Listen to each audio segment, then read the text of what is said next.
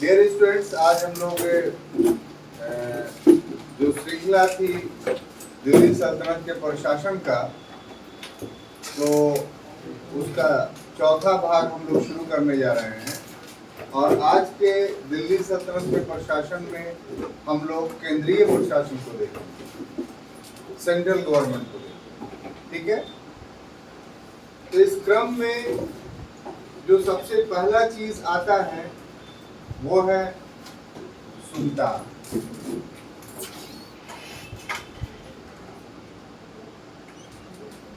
सुल्तान की उत्पत्ति सल्तनत में कैसे उभर कर सामने आई, ये एक अलग क्लास में हम लोग समझ चुके हैं। यहाँ केंद्रीय प्रशासन में सुल्तान की क्या भूमिका थी उसको हम लोग देखने जा रहे हैं। बिना सुल्तान की भूमिका को पढ़े हुए या लिखे हुए दिल्ली सल्तनत का केंद्रीय प्रशासन का व्याख्या या समझ विकसित नहीं हो सकती। तो इसलिए अनिवार्य है कि सुल्तान की भूमिका को दिल्ली सल्तनत के केंद्रीय प्रशासन में हम लोग देखें। तो सारगर्भित रूप से हम ये कहना चाहते हैं कि दिल्ली सल्तनत में जो सुल्तान था,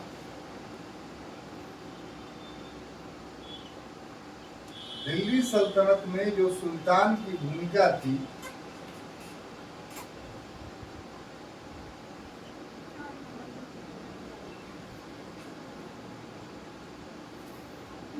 वह केंद्रीय, जिसका अर्थ ये हुआ कि प्रशासन, इसका अर्थ ये हुआ केंद्रीय कहने का हमारा कि प्रशासन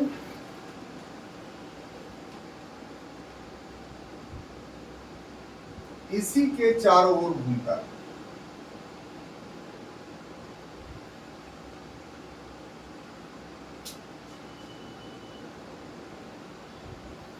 इसीलिए हम कह रहे हैं कि इसकी भूमिका केंद्रीय थी। अब सुल्तान का जो स्वरूप था, यानी नेचर था, वो निरंकुश शासक का था।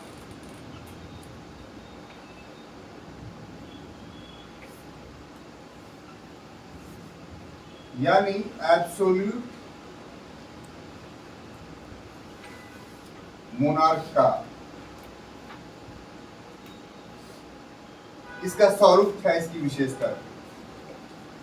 अब ऐसे परिस्थिति में दो बातें हमने कही है। एक कि इसकी भूमिका केंद्रीय थी, और दूसरा कि यह एक निरंकुश शासक था। ये दोनों बातों को हम लोग को साबित करना होगा कि कैसे हम कह रहे हैं कि इसकी भूमिका केंद्रीय थी, और कैसे कह रहे हैं कि इसकी ये एक निरंकुश राजतंत्र की तरह व्यवहार कर रहा था। तो इन दोनों चीजों की अगर व्याख्या हम करेंगे तो पाएंगे कि सुल्तान जो है कार्यपालिका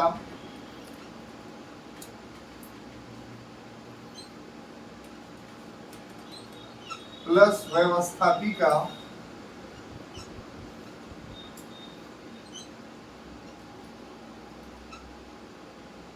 प्लस न्यायपालिका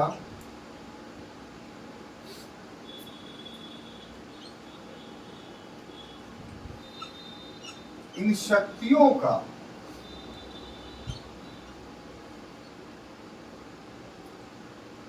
अंतिम प्रयोग करता था।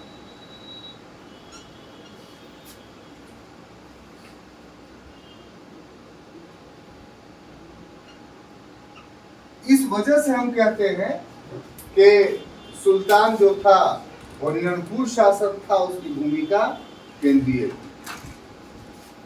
कि शासन करने के तीन शक्तियां होती हैं, तीन अधिकार होते हैं। ये पॉलिटी में हम लोग जान चुके हैं।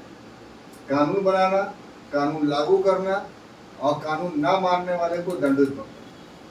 कानून बनाने का काम व्यवस्था किया करती है, कानून लागू करने का काम कार्यपालिका करती है, और जो कानून को नहीं मानता हो उसको दंडित करने का काम न्यायपालिका करती है। यहाँ पर जो एक्सप्लेनेशन है कार्यपालिका व्यवस्थापिका न्यायपालिका एक लोकतांत्रिक विचारधारा है, लेकिन इसका मतलब ये नहीं कि ये शासन की ये शक्तियां राजतंत्र में नहीं। अंतर ये था कि लोकतंत्र में ये शक्तियां तीन अलग अलग जगहों पे, ये तीन अलग अलग संस्थाओं के पास होती। राजतंत्र निरंकुश इसलिए हो जाता है क्योंकि वहां ये तीनों शक्तियां एक हाथ में होती।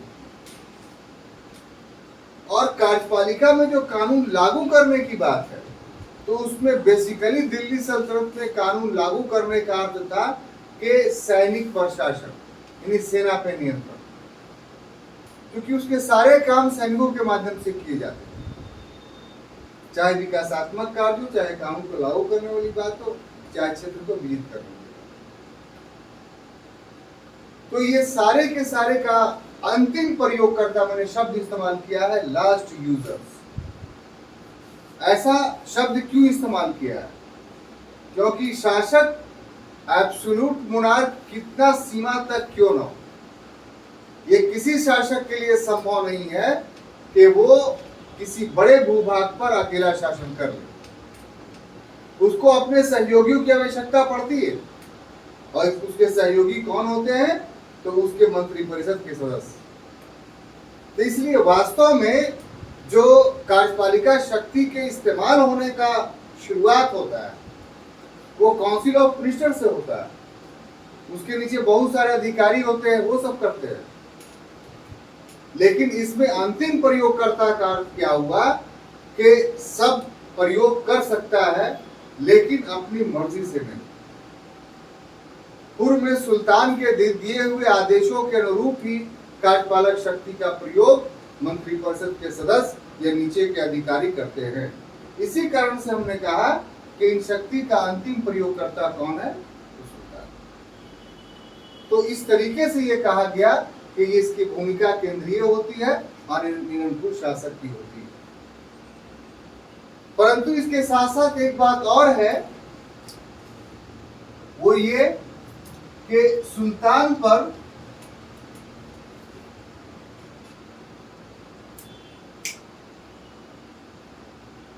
निम्न अंकुश होते हैं।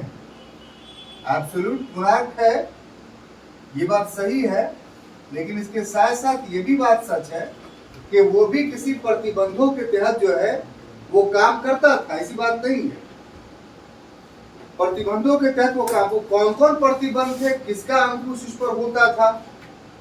उसमें सबसे पहला जो होता था वो मंत्रिपरिषद का।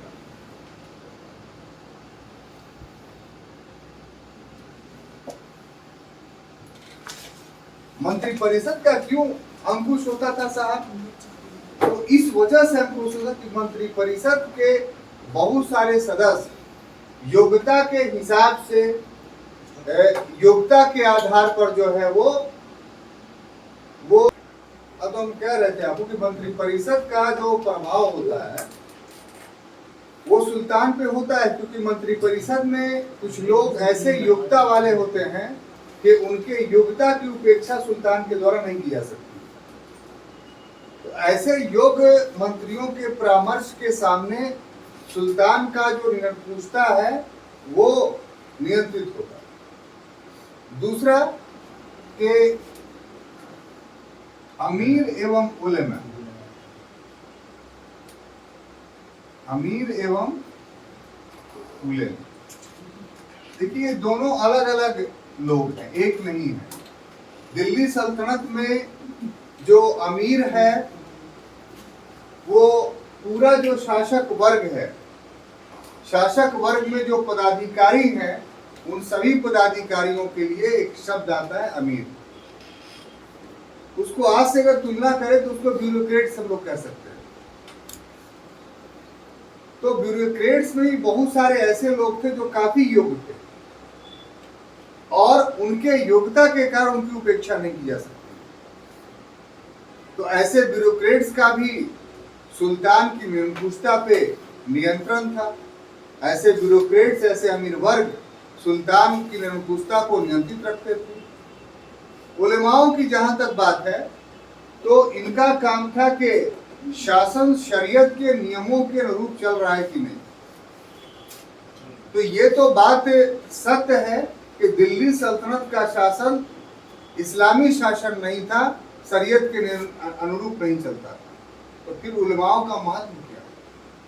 उलमाओं का महत्व इस कारण था कि जनता पे उलमाओं का प्रभाव था। अगर शासक उलमाओं की बात को नहीं मानते थे तो उलमा जनता में विद्रोह पैदा करवाए थे। मोहम्मद बिन तुगलक के समय में ऐसे विद्रोह बहुत हुए और विद्रोह से परेशान रहा, इसलिए अपने शासन के अंतिम वर्षों में खलीफा को मान्यता देनी पड़ी मोहम्मद बिन तुगलक। तो इस तरीके से अमीर और उलमा भी दिल्ली सल्तनत के सुल्तान पर नियंत्रण रखते थे, अंकुश रखते थे, यानी उनकी निरंकुशता असीमित नहीं थी। उसके बाद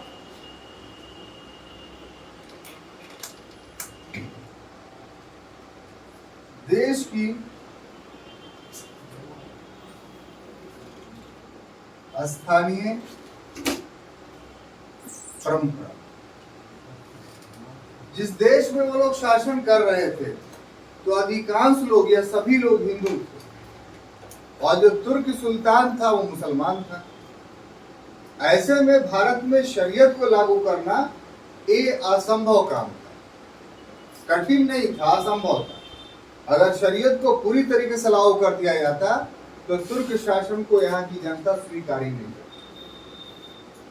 तो ऐसी परिस्थिति में दिल्ली सल्तनत के सुल्तानों के लिए अनिवार्य था कि जो इस देश की परंपरा है, जो रीति रिवाज है, उसका पालन करवाया जाए और उसका सम्मान किया जाए। तो देश के परंपराओं और रीति रिवाजों का सम्मान सभी सुल्तानों ने किया। तो जब सभी सुल्तानों ने ऐसा किया तो ये तो देश की परंपरा और रीति रिवाज उस पर अंकुश लगाया, क्योंकि सुल्तान का उद्देश्य शरीयत को लागू करना था। लेकिन इसी अंकुश के कारण कोई भी सुल्तान शरीयत को लागू नहीं कर पाया। मोहम्मद अलाउद्दीन खिलजी ने तो यहाँ तक कह दिया कि शरीयत में क्या उचित है क्या अनुचित है मैं नहीं जानता, राजहित में जो उचित लगता है वही निर्णय मैं करूंगा। क़यामत के दिन मेरा क्या होगा ये अल्लाह बेहतर जानता है। तो उसका ये जो बरनी के द्वारा हमें उक्ति प्राप्त होती है, उससे ये पता चलता है कि दिल्ली सल्तनत में सबसे शक्तिशाली शासक जो था उसने भी शरिया को लागू करने की कोशिश नहीं की और उसने भी स्थानीय देश के परंपराओं को, रीति रिवाजों को ही लागू किया। इस प्रकार से इतना शक्तिशाली शासक पर देश की रिवाज और परंपराएं अंकुश लगा रही हैं कि नहीं। तो इस तरीके से हम जो कहते हैं कि पूर्ण निरंकुश शासक था, तो ये एक पक्ष है, सही बात है। पूर्ण निरंकुश था इसलिए कि अगर चाहे जो तो कर सकता है। बहुत सारे शासक ऐसे थे, मोहम्मद बिन तुगलक चाहा कि राजधानी परिवर्तन हो, हालांकि राजधानी परिवर्तन सफल रहा लेकिन किया। चाहा कि सांकेतिक मुद्रा का प्रचलन हो, किया। तो इस आधार पे वो तो निरंकुश था। लेकिन फिर उसी मोहम्मद बिन तुगलक का आप देखिए कि क्यों राजधानी को वापस लिया, क्यों सांकेतिक मुद्रा को वापस लिया। तो उसकी असफलता की वजह से जो उलमा वर्ग था, जो अमीर वर्ग था, जो मंत्री परिषद के लोग थे, उन लोगों के दबाव में आकर के निर्णयों को वापस लिया। तो दोनों पहलू हैं कि सुल्तान निरंकुश होता भी था और सुल्तान पे अंकुश होता भी था। तो इस प्रकार से जो स्वरूप था सुल्तान का, उसका एक संक्षिप्त व्याख्या हमने आपको किया। अब देखिए यहाँ पर जो आगे ये है कि दिल्ली सल्तनत में जो सुल्तान था,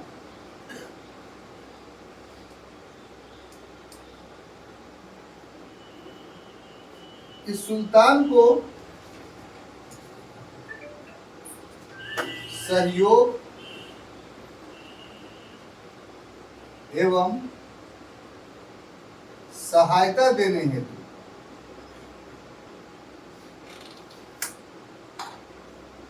एक मंत्री परिषद होती थी।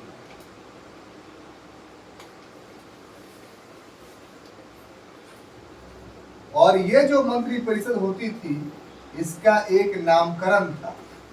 हम लोग मंत्री परिषद आज के कॉन्टेक्स्ट में कह रहे हैं, उस समय इसके लिए मंत्रिपरिषद शब्द का प्रयोग नहीं हुआ है, उस समय इसे मजलिसे खलवत कहते थे।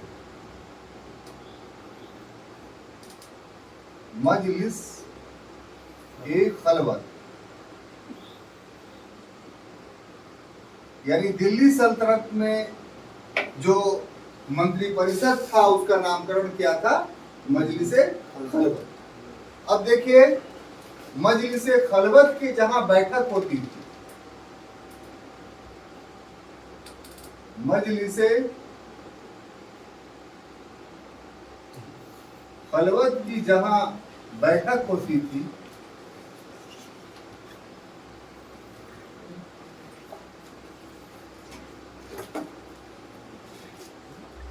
उस जगह को बोलते थे बारे खास। क्या बोलते थे? बार ए खास। यानी बारे खास क्या था? यानी मंत्रिपरिषद की बैठक का स्थल, यही ना हुआ, मंत्रिपरिषद की के बैठक का स्थल। जैसे एग्जाम्पल के तौर पर के केंद्रीय व्यवस्थापिका का बैठक का स्थल कहाँ होगा? तो संसद में। या केंद्रीय मंत्रियों के बैठक का स्थल तो नॉर्थ ब्लॉक में। ठीक है, बात समझ आ रही है? उसी तरीके से दिल्ली सल्तनत में बारे खास एक जगह था जहां मजलिसे खलवत की बैठक होती थी। क्लियर? इसी तरीके से दूसरा टर्मिनोलॉजी है इस परिवेश में कि एक बारे आजम। बारे आजम ये क्या था साहब? तो ये एक प्रकार से सुल्तान का सचिवालय था। हर का सचिवालय होता है, तो सुल्तान का जो सचिवालय था उसको बारे आजम कहा कहते थे। यहां दैनिक कार्य होते थे। दैनिक कार्य का मतलब क्या हुआ कि सुल्तान दरबारियों से मिलता था, मंत्रिपरिषद के सदस्यों से मिलता था, आम जनता से मिलता था, अधिकारियों से मिलता था, जो आदेश निर्गत करने होते थे वो आदेश देता था। ये सारे काम वो बारे आजम में देता था। इसीलिए इसको सुल्तान का सचिवालय, सेक्रेटेरिएट ऑफ द सुल्तान या सल्तनत हम लोग कह सकते हैं। तो सुल्तान के शीर्षक में आपको ये दो बातें लिखनी है। कितनी बातें? दो बातें। अब देखिए यहाँ पर एक अगला चीज है, वो ये कि दिल्ली सल्तनत के महत्वपूर्ण मंत्रालय या विभाग, दिल्ली सल्तनत के महत्वपूर्ण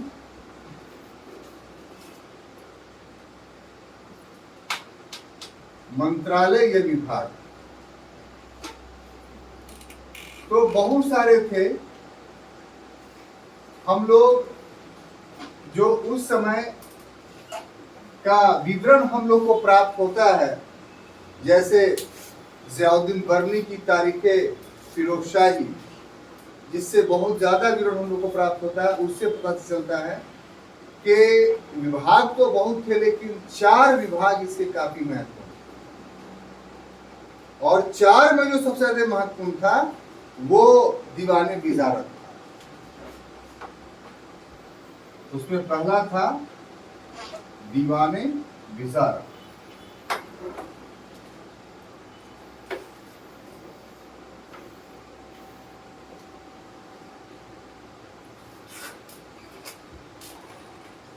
देखिए, ये जो दीवाने विजारत है इसको 2 तरीके से पढ़ा जा सकता है।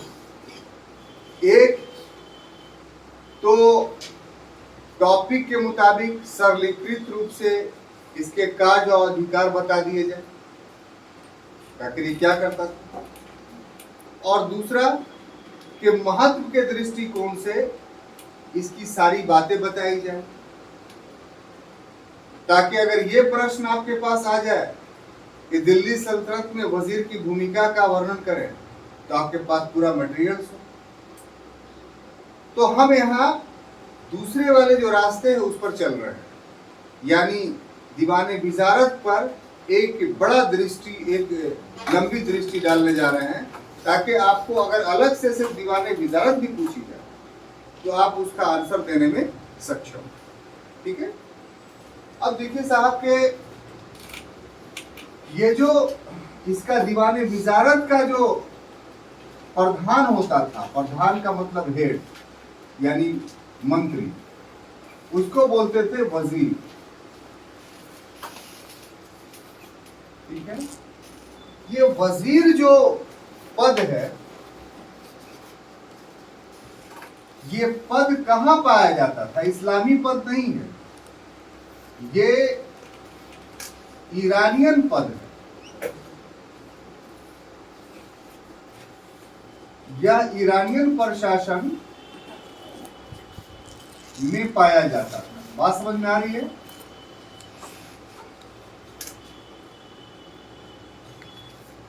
जो वजीर शब्द है वो इस्लामी शब्द नहीं है, बल्कि ईरानियन शब्द है। यहां पर एक बात बताते चले आपको कि खिलाफत अब्बासिया जो था वो इस्लाम का प्रतीक था। उसी समय ईरान में भी शासन था जो इस्लामी साम्राज्य से बहुत पहले से चला आ रहा था, और वहां जो शासन व्यवस्था चला आ रहा था वो खामनियों के समय से चला आ रहा था, प्राचीन काल से। जरथुरुष्ट के ये लोग उपासक थे, आग की पूजा करते थे, इनका पूरा धर्म ही अलग था ईरानियों का। तो इस प्रकार से विजारत जो शब्द है, वजीर जो पद है, वो ईरानी प्रशासन की देन।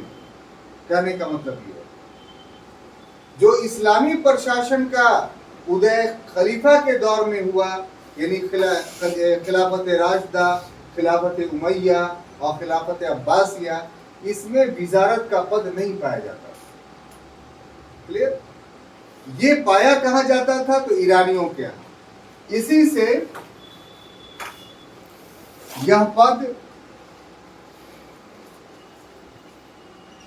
अब्बासी खलीफाओं ने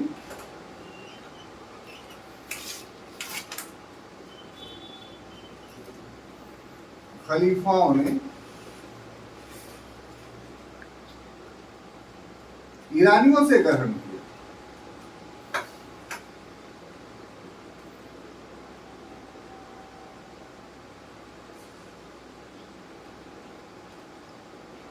अब देखिए ऐसा क्यों करना पड़ा अब्बासियों को?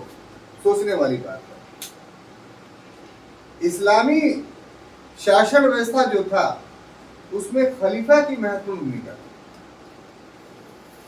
और आरंभिक समयों में थोड़ा सा इसको एलोबरेट करना, समझाना बहुत जरूरी है आपको कि क्यों नहीं था और क्यों आया। कितनी खूबसूरत बात। इस्लामी प्रशासन में शुरू में वजीर का पद क्यों नहीं था और फिर बाद में क्यों आया, अब्बासियों ने क्यों ग्रहण किया? क्योंकि गैर इस्लामी चीज था। तो क्यों नहीं था, इसका जवाब यह है कि जो खिलाफत राशिदा का समय था, उस समय खलीफा या उसके अनुयायी जितने थे वो इस्लामी नियमों के प्रति पूरी तरीके से प्रतिबद्ध थे, और उनके द्वारा किसी प्रकार का प्रशासन में भ्रष्टाचार या नई बातों को शामिल करना या धोखा देने की संभावना नहीं थी। तो इसलिए खिलाफत राशिदा में जो चारों खलीफा हुए तो बड़े बड़े क्षेत्र जीते गए, दूर तक था। खलीफा के लिए संभव नहीं था कि प्रत्यक्ष शासन दूरस्थ क्षेत्रों पर कर सके।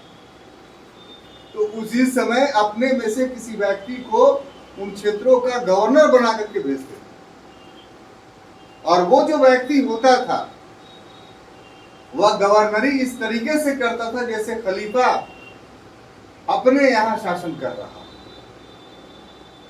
यानी पूरी तरीके से निर्धनता का पालन करना, जनता के प्रति लोकोन्मुखी होना, जनता की सारी समस्याओं का समाधान करना, ये सारी महत्वपूर्ण विशेषताएं, इसलिए जरूरत नहीं पड़ी।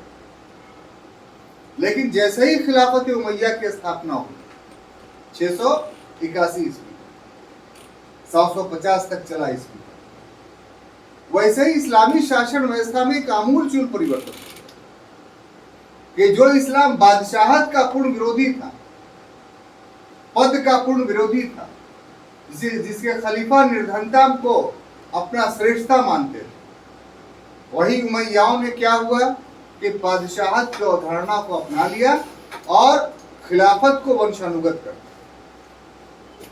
अब बड़ी बड़ी पदवियां धारण की जाने लगी, बड़े बड़े लिबादे ओढ़े जाने लगे, ऐशपूर्ण जीवन व्यतीत किया जाने लगा, विलासतापूर्ण जीवन व्यतीत किया जाने लगा।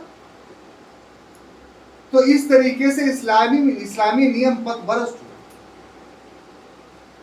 अब कुरीतियां तो घुस गई, इसके खिलाफ बहुत बड़ा विद्रोह हुआ अब्बासियों का 750 में, और उसके बाद उस खिलाफत को खत्म करके एक नवीन खिलाफत की स्थापना की गई। तो बुराइयां तो बढ़ गई थी। अब ऐसे परिवेश में जो दूरस्थ प्रांत के गवर्नर थे उन पर यकीन करना जो है संभव नहीं। इसलिए जरूरी था कि एक ऐसा व्यक्ति हो जो उस गवर्नर पर नियंत्रण भी रख सके। तब खोज हुई तो पता चला कि सबसे अच्छा पद वजीर का है, जो सारे प्रशासन को देखता है। तो इस कारण से अब्बासियों ने जो है वो ईरानियों से विजारत का पद को जो है वो ग्रहण किया। आप समझ में आई बात? ये शुरू में क्यों नहीं था, बाद में क्यों उसको शामिल किया गया। अब देखिए साहब, जो ग्रहण किया उस अभी भारत में हम नहीं आ रहे, ठीक है। यहाँ क्या भूमिका थी पहले हम थोड़ा सा ब्रीफली आइडिया दे दें ताकि एक विहंगम दृश्य आपके सामने। अब देखिए कि इन लोगों ने जो ग्रहण किया तो 2 प्रकार के वजीर होते थे। यानी ईरानियों से जो ग्रहण किया वो उस ग्रहण में पाया ये गया कि 2 प्रकार के वजीर होते थे, ठीक है। एक को बोलते थे वजीरे तफवीद, वजीरे तफवीद, और दूसरा प्रकार का जो वजीर था उसको बोलते थे वजीरे तनफीज, वजीर-ए तनफीज, ठीक है। अब देखिए दोनों में डिफरेंस क्या था। वजीर एक होना चाहिए था। तो वजीर तफवीद जो था वो स्वतंत्र निर्णय लेने का मालिक था, स्वतंत्र निर्णय में ले सकता था। और वजीर तनफीज जो है वो स्वतंत्र निर्णय नहीं ले सकता था।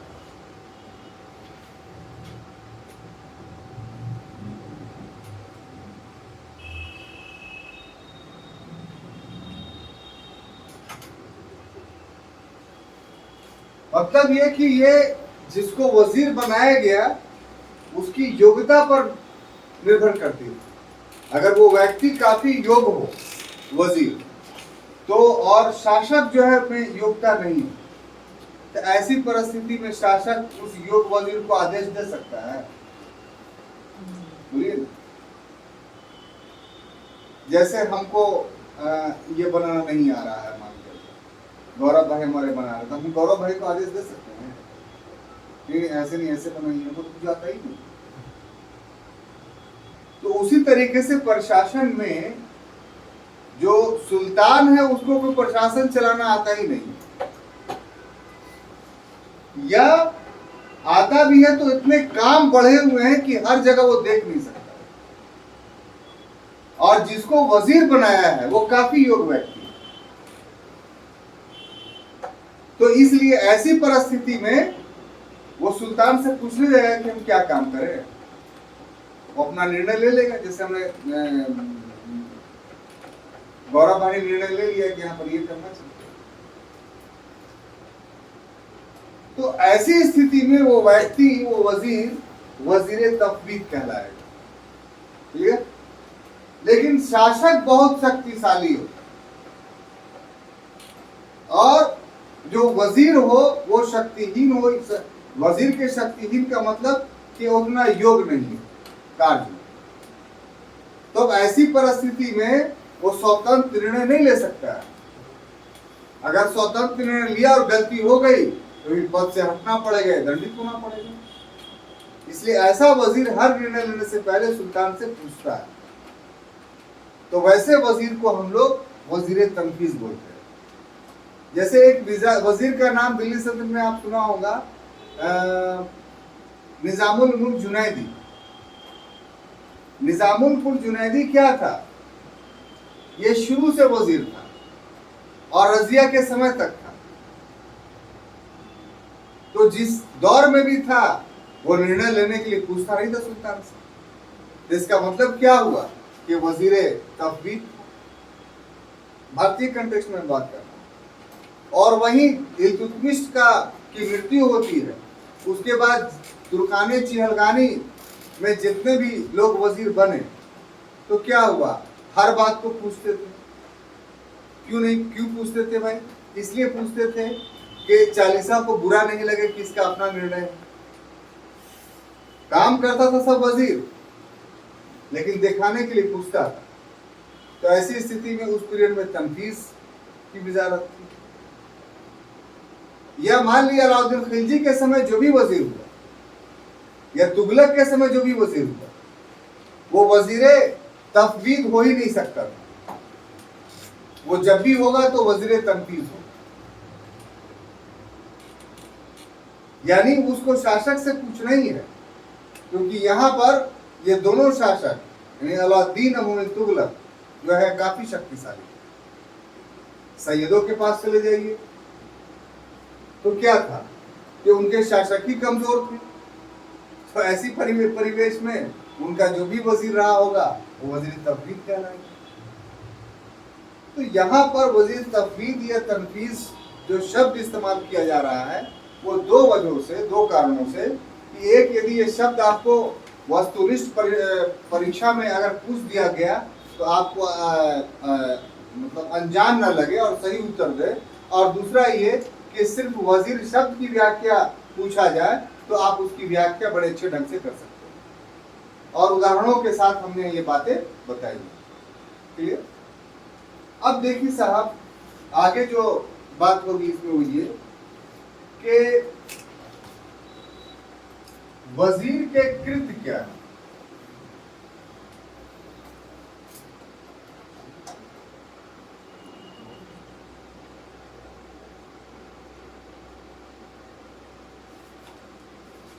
ठीक है, तो वजीर का जो काम होता है वो दिल्ली सल्तनत में मुख्य रूप से वो वित्तीय व्यवस्था की देखभाल करता है।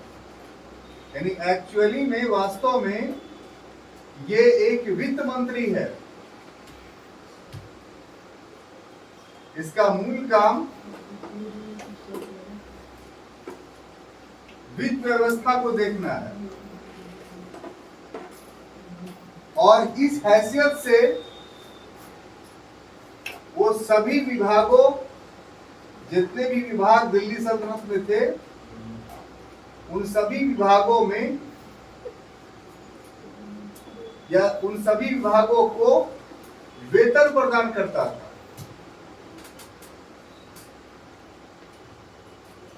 अब देखिए, जब सभी विभागों को वो वेतन प्रदान कर रहा है तो जो पैसा देता है तो असल लोग आदेश उसी का मानते हैं। जो पैसा देता है आदेश उसी का मानते हैं। तो इसलिए दिल्ली सल्तनत में सभी विभागों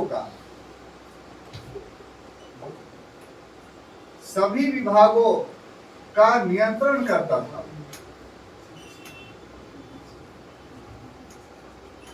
तो इस प्रकार से उसकी जो ये भूमिका थी, सभी विभागों के नियंत्रणकर्ता की भूमिका, तो उसके वजह से जो है ये आज के हम इसकी तुलना प्रधानमंत्री से कर सकते हैं। ठीक है, आज का प्रधानमंत्री क्या है? जितने भी डिपार्टमेंट हैं सभी डिपार्टमेंट को का वो नियंत्रण करता है। तो ये नियंत्रणकर्ता के कारण ही उसे हम आज का प्रधानमंत्री कहते हैं। चालाकियां तो देखिए, खुद कत्ल करके आप औरों से पूछते हैं क्या मानना। अब देखिए साहब, इससे संबंधित जो बात समझाना चाह रहे हैं समझ लीजिए और बोर्ड पर अच्छे से ध्यान दीजिए। शेयर करने का मतलब ये था कि ये जो दीवाने विजारत था, इस दीवाने विजारत में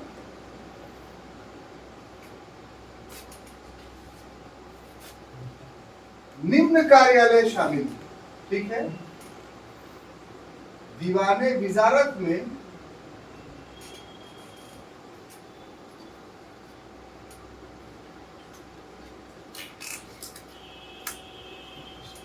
निम्न कार्यालय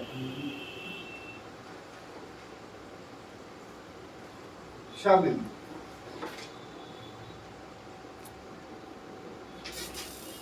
ठीक है ना, यानी दीवानी वजारत में सिर्फ वजीर ही नहीं था, बल्कि वजीर के अंडर में बहुत सारे लोग काम करते थे। उसमें सबसे पहला था नायब वजीर। तो आप समझ गए होंगे कि ये क्या होगा, उसका डिप्यूटी है, यानी बीमार हो गया, कहीं चला गया तो उसकी जगह पर दिल्ली में काम जो करेगा उसको नायब वजीर बोलेंगे। ठीक है, उसके बाद मुशरिफ ममालिक, मुशरिफ ए ममालिक,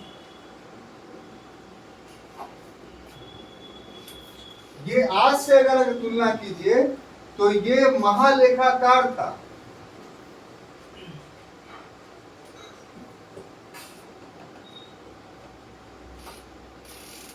अब तीसरा अधिकारी जो दीवाने वजारत में था, मुस्तौफिये ममालिक, मुस्तौफ ये ममालिक, ये क्या था आज के समान? तो महालेखा परीक्षक था। यानी दोनों की भूमिका क्या हो गई साहब? तो दोनों की भूमिका ये हो गई कि एक जो था वो लेखाओं को रखता था अपने पास, पूरे साम्राज्य के लेखाओं का, और दूसरा उन लेखाओं की जांच करता था कि जो आय हुआ है वो आय बताए गए व्यय के अनुरूप हो रहा है कि नहीं। अब देखिए, ये तो 3 विभाग हो गए। इसके अलावा जो था एक और व्यक्ति था जिसको हम लोग बोलते थे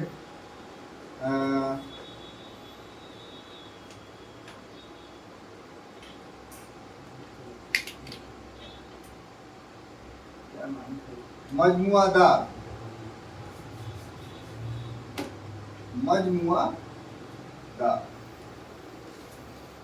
ये क्या काम करता था? तो लेखा जोखा रखता था।